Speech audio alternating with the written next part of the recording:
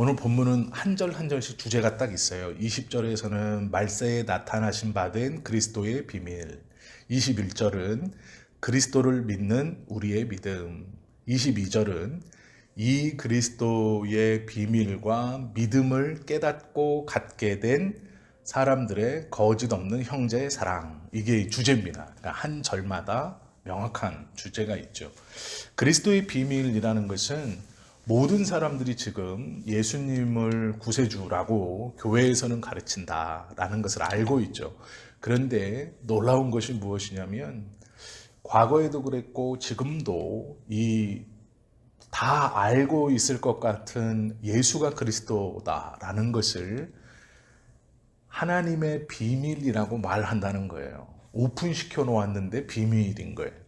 비밀인 것 같지 않은데 비밀이라고 말씀하세요. 이게 왜 그러냐면 성경에서는 다 알 수 있도록 해 놓았지만 이 비밀을 깨닫는 사람은 구원으로 나아가고 이 비밀을 미련한 것으로 치부하는 사람은 복음 안에서 멸망하게 하기 위해서 이것을 비밀이다 이렇게 말했어요. 비밀이라는 것은요, 수수께끼라는 질문을 아무도 모르게 해놓은 것이 아니라 질문과 답을 던져줍니다. 그러면 이 질문과 동시에 답을 받아요. 구원을 어떻게 얻을 수 있습니까? 예수님을 그리스도로 믿어야 합니다. 이게 질문과 답이거든요. 이것은 모든 사람들에게 열려 있는 거예요. 질문도 던졌고 답도 던졌어요. 인생의 문제를 어떻게 해결할 수 있습니까? 예수 그리스도만이 길이시고 진리이십니다. 답이 주어졌어요. 질문과 답이 주어졌는데 이 질문과 답을 어리석은 것이다.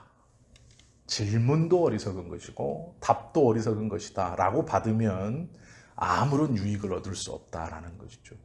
왜 이렇게 질문과 답을 주셨냐면 죄인인 우리들은 질문 그리고 답 이걸 바르게 연관시킬 수가 없기 때문입니다. 20절에 보시면 그는 창세전부터 미리 알리신 바 된 자 이렇게 표현하고 있거든요. 창세전부터 미리 알리신 바 되신 이 말을 예수 그리스도를 빗대어 하는 말이죠. 이 말세에 너희를 위하여 나타내신 바 창세전부터 미리 알려주신 그 분이에요. 하나님과 함께 있어 창조하신 그분, 이 분을 이미 예수 그리스도라고 알려주셨는데 말세에 우리를 위해서 나타내셨다. 그때도 알리셨고 지금도 나타내셨대요. 이걸 잘 구별하세요. 창세전에 알리신 바 있다라고 하는 거예요. 그걸 말세에 나타냈다, 보여주었다라는 거예요. 즉 있어 라고 말로 들리고 소문으로 들리고 들어서 알던 있어라는 것이 지금 보여진다라는 거예요. 나타났다. 형체가 드러났다. 그런데 이때 있어라고 말하는 건 창세였고 나타나신 건 말세라는 거예요. 이 차이가 있습니다. 왜 그렇게 하시냐? 우리가 내가 왜 지금 이런 삶을 살고 있을까? 내가 왜 이 위치에서 누구의 아내로, 누구의 남편으로, 이 가정에, 이 모습으로 왜 나는 내가 바라는 저런 사람이 아니라 이 모습으로 살고 있을까? 지금 이 상황에 들어와 있을까? 하나님은 왜 나를 이렇게 살게 하실까? 라는 의문이 들죠. 저와 다른 삶을 살게 하시고 왜 하필이면 지금일까? 라는 고민들, 생각들을 한 번씩 해보셨죠. 그리고 사람들은 내 고생과 내 어려움과 내 아픔을 통해서 말세라는 걸 느낍니다. 자신의 죄를 보아도 그렇고 자신의 되어지는 것을 봐도 그렇고 말세라고 자꾸 생각해요. 그러면 하나님께서 나를 왜 지금 이 자리에 두셨는가라는 것을 20절을 가만히 묵상하면 알 수 있어요. 말세에 너희를 위하여 나타내신 바 되었으니 지금 내가 왜 살고 있는가? 그것은 그리스도를 나타나게 하셔서 창세전에 있다 하신 그 분을 그 창세전에 알림 바 되신 그분이 말세에 나타나셔서 우리를 구원하시기 위해 이 말을 정확하게 풀면 어떤 말이냐면 왜 네가 말세에 태어났느냐? 그리스도가 나타나셔서 너를 구원하시려고 말세에 너의 구원을 위해 지금 태어나게 하셨다라는 거예요. 이걸 이해하셔야 됩니다. 베드로가 지금 이 소아시아 5개 지역의 본토에서 쫓겨서 도망다녀 신앙생활을 하고 있는 이 성도들이 느끼기에 그들의 삶은 말세의 삶이에요. 모든 것을 다 뺏기고 아무것도 없이 믿음 하나로 그 신앙 때문에 소아시아의 5개의 지역에 흩어져서 그곳에서도 숨어 있으면서 공동체를 이루어 신앙을 붙들고 살고 있어요. 이들은 말세의 삶입니다. 그러면 내가 30년 전에만 태어났어도 예수 그리스도를 직접 눈으로 보고 그가 베풀어 주시는 여러 기적과 이적들을 체험하고 제자들과 같이 살 수도 있었어요. 아니, 그 전에 태어났다면 예수 그리스도의 출발부터 함께 할 수도 있었어요. 아니면 다윗의 시대에 태어났다면 이스라엘의 풍성함을 누리며 살 수도 있었어요. 그런데 왜 지금이냐라는 거죠. 이 박해 한가운데, 이 고통 한가운데, 이 삶 한가운데 내가 원하지도 않았고 바라지도 않았던 왜 지금이냐? 나는 동일한 신앙을 가지고 왜 이 고통과 아픔 가운데 이 삶을 살아가야 하는 성도들에게 베드로가 뭐라 그러냐면 그 이유는 이 말세에 네가 살아나고 태어나게 하시고 살아가게 하는 이유는 그리스도가 나타나는 시기이기 때문이다라는 거예요. 이 말을 더 쉽게 풀면 그리스도가 나타나심으로 너희를 구원하기 위해 지금 살아가게 하신다라는 거예요. 베드로가 그 성도들에게 창세전에 알림받으였던 그 예수가 지금 말세, 그들이 느끼기에 말세에 나타나셔서 너희를 구원하신다. 즉 너희의 지금 삶은 그리스도를 통하여 구원 얻게 하시기 위해서 지금 너희를 살게 하신다라는 거예요. 우리도 똑같죠. 왜 나를 지금 살게 하시는가? 그리스도의 나타나심으로 우리를 구원하시기 위해서. 그래서 우리의 구원은 창세전에 예비되었다라고 말하는 거예요. 왜 하나님 나를 지금 살게 하십니까? 조금 더 풍요로운 세상 속에, 이 고통이 없는 세상 속에, 이 육체적인 아픔이 없는 세상 속에 이 상처가 느끼지 않았을 10년 전, 10년 뒤, 아니 몇십 년 전, 몇십 년 뒤, 그러면 조금 더 나은 세상, 조금 더 편한 삶을 살 수 있지 않습니까? 왜 지금입니까? 라고 물으면 그거에 대한 대답은 그리스도의 나타나심으로 구원하시기 위해서요. 그래서 우리의 구원이, 우리의 삶이 만세전에 예정되어 있는 것이다. 이렇게 베드로가 이 성도들에게 말씀하고 있는 것이고요. 이 그리스도는 누구이냐?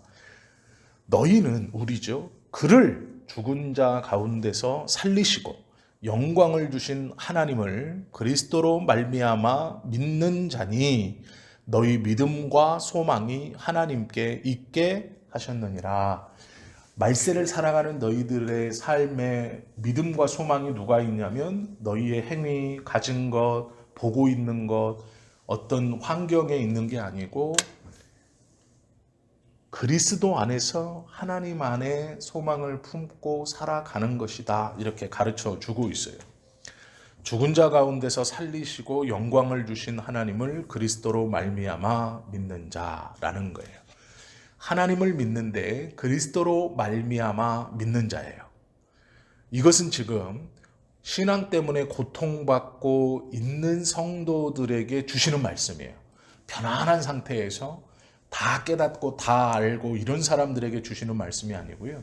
그 고난의 한복판에서 내일의 삶을 알지 못하는 불안함과 두려움, 그 상처와 아픔을 안고 살아가는 성도들에게 주시는 복음이라는 게 무엇인가에 대한 설명 중 하나입니다. 이것을 무엇이라고 그러냐면 제한적 속죄라고 그래요. 좀 어려운 말이긴 하지만 제한적 속죄라는 말은 뭐냐면 예수 그리스도의 십자가를 통해 모든 사람은 구원받습니다. 그러나 모든 사람이 구원받지는 못합니다. 라는 말이에요. 앞에 말하고 뒤에 말하고는 논리적인 모순인데 어떻게 이게 맞는 말입니까? 라고 하지만 장로교회에서는 다른 교단과는 다르게 이 제한적 속죄라는 것을 구원의 큰 기둥으로 생각합니다. 이게 뭐냐면 모두에게 열려 있으되 아무에게 열려 있지 않은 것이라는 거예요.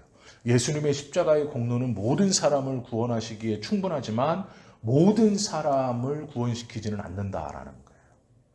이것을 제한적 속죄라고 합니다. 예수님의 십자가의 사건은 오직 하나님의 선택 안에 있는 하나님의 백성들에게만 효력을 미치는 거예요. 하나님의 선택 밖에 있는 사람들에게는 이 모든 일을 구원하실 수 있는 십자가의 은혜와 능력이 은혜와 능력으로 미쳐지지 않는다라는 거예요. 이게 제한적 속죄라는 좀 어려운 말인데요. 베드로는 이 말을 하고 있어요. 창세전부터 알림받은 그 예수 그리스도를 우리는 말세, 지금 고통의 때에 하나님께서 나타나게 하셔서 그 예수님을 믿음으로 하나님에 대한 신뢰와 하나님에 대한 믿음과 소망을 갖게 해주셨다. 이것은 모든 이에게 열려진 게 아니라 너희들을 위해서 열려졌고 너희들은 이 구원을 위하여 선택된 사람들이기 때문에 지금 이 고난의 때를 살아가고 있는 것이다 라고 말씀하고 있는 것이죠. 이것이 제한적 속죄라는 거예요. 우리의 믿음과 소망, 그것은 그리스도 안에서 하나님께만 있다 이렇게 말하고 있어요.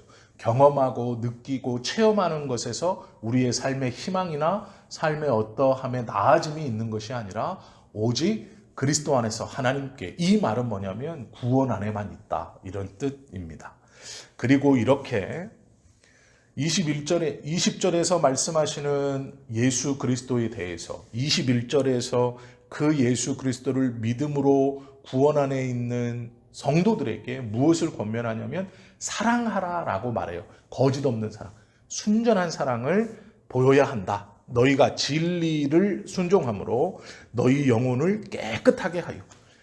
진리를 순종함은 어제 말씀을 드렸던 하나님의 그 하나님의 바운더리 안에 살아가는 사람들은 분노하거나 화를 내거나 미워하거나 이거 하지 말라는 뜻이 아니고, 분노할 수도 있고 화도 낼 수 있고 짜증낼 수도 있고 아파할 수도 있고 울 수도 있고 조롱할 수도 있고 당할 수도 있지만 할 수도 있고 때로는 저주할 수도 있어요.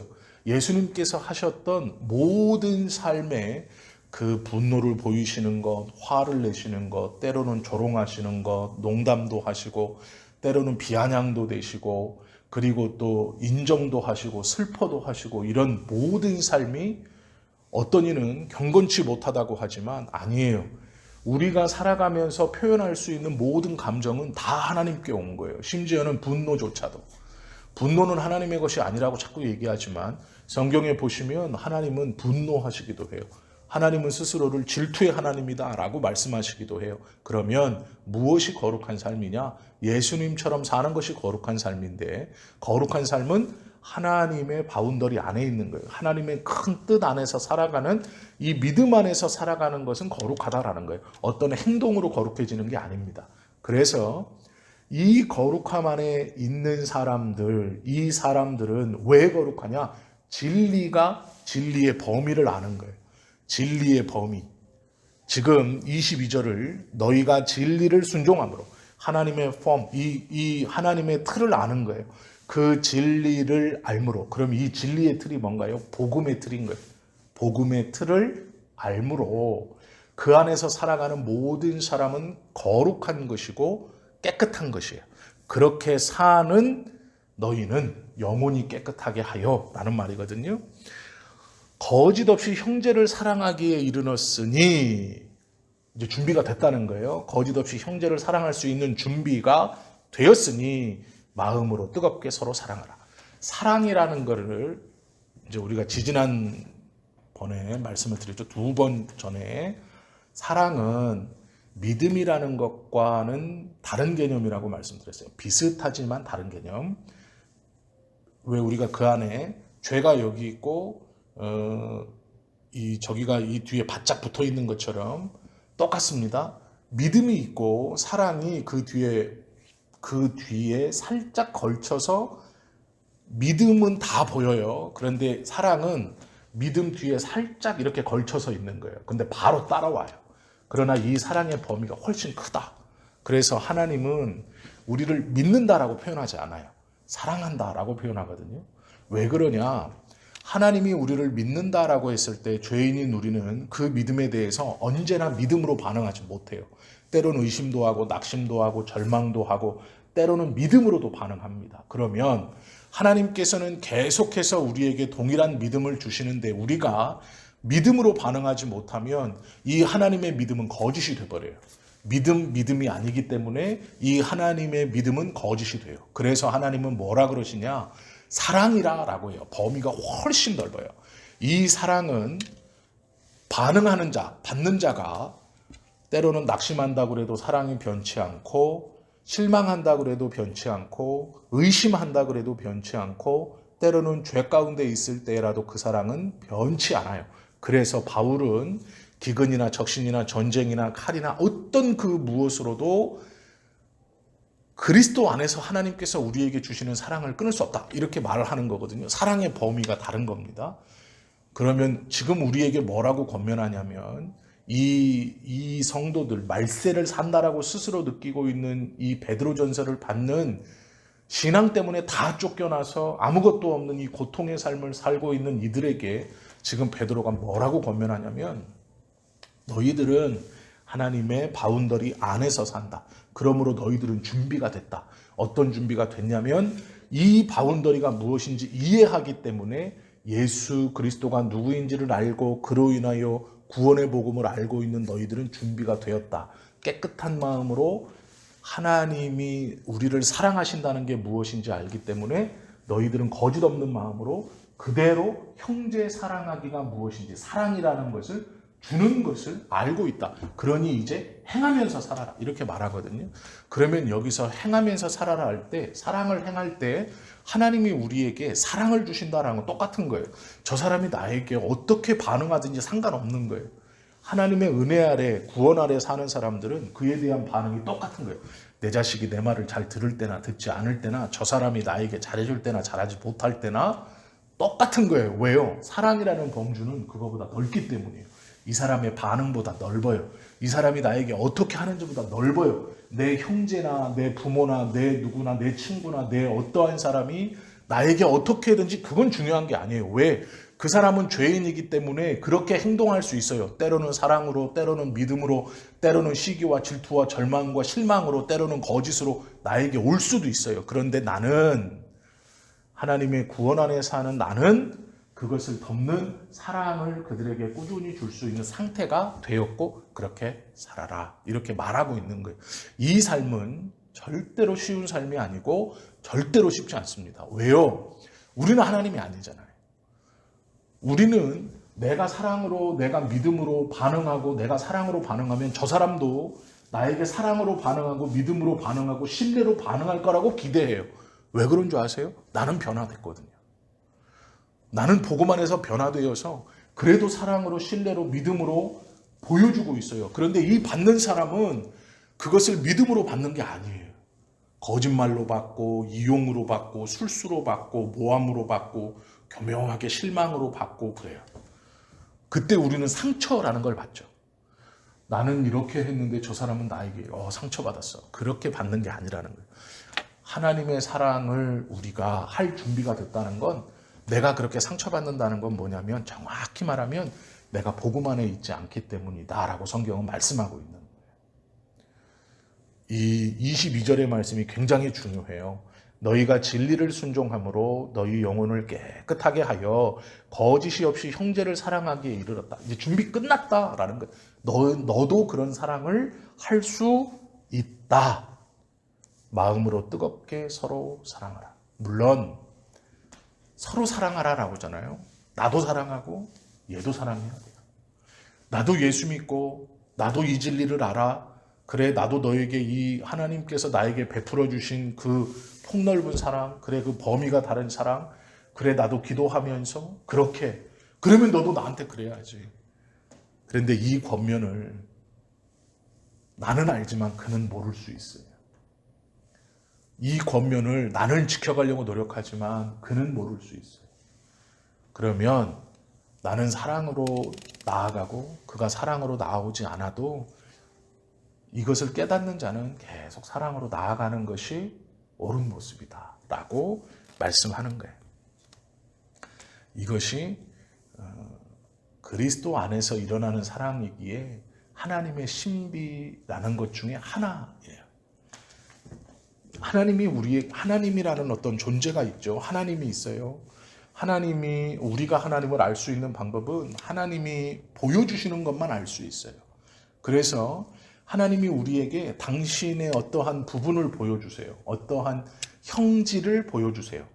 그러면 우리는 성령을 통해 그것을 깨닫고 그 하나님의 그 부분을 조금 알아가는 거죠. 그런데 다 알 수 없기 때문에 하나님이 우리에게 보여주신 이것의 조금을 알기 때문에 하나님의 신비라고 말하는 거예요.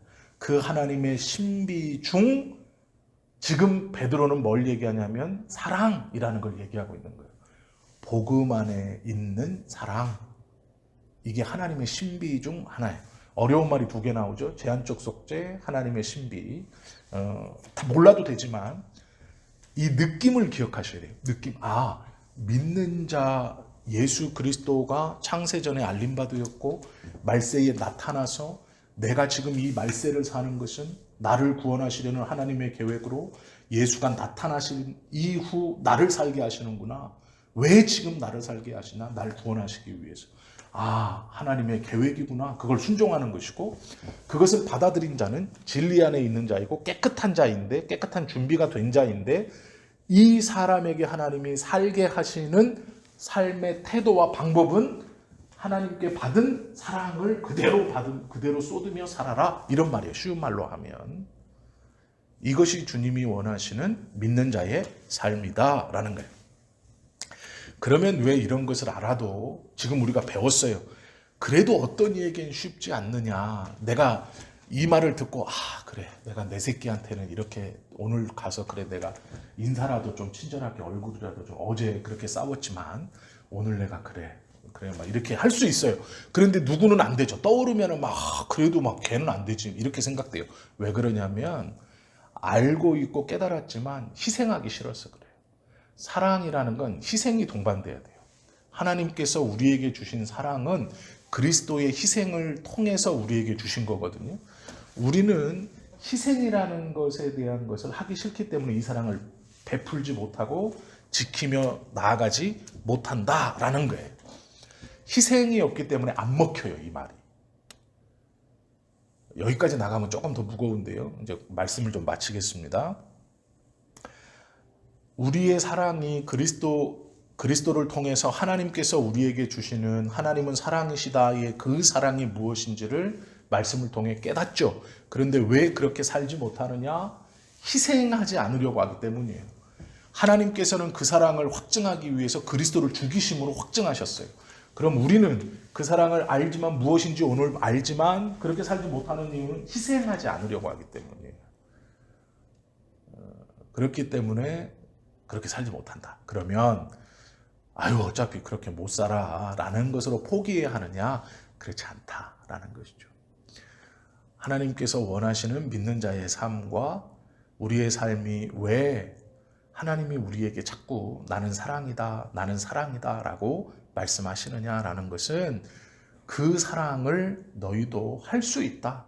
그리고 하면서 살아라 이렇게 말씀하시는 거예요.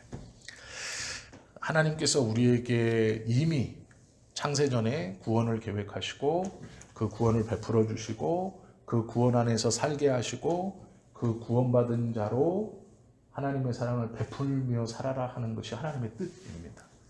그걸 순종해내느냐 못 해내느냐의 차이로 진짜 하나님의 나라에 들어가는 하나님의 백성이냐 아니냐가 갈리는 거예요.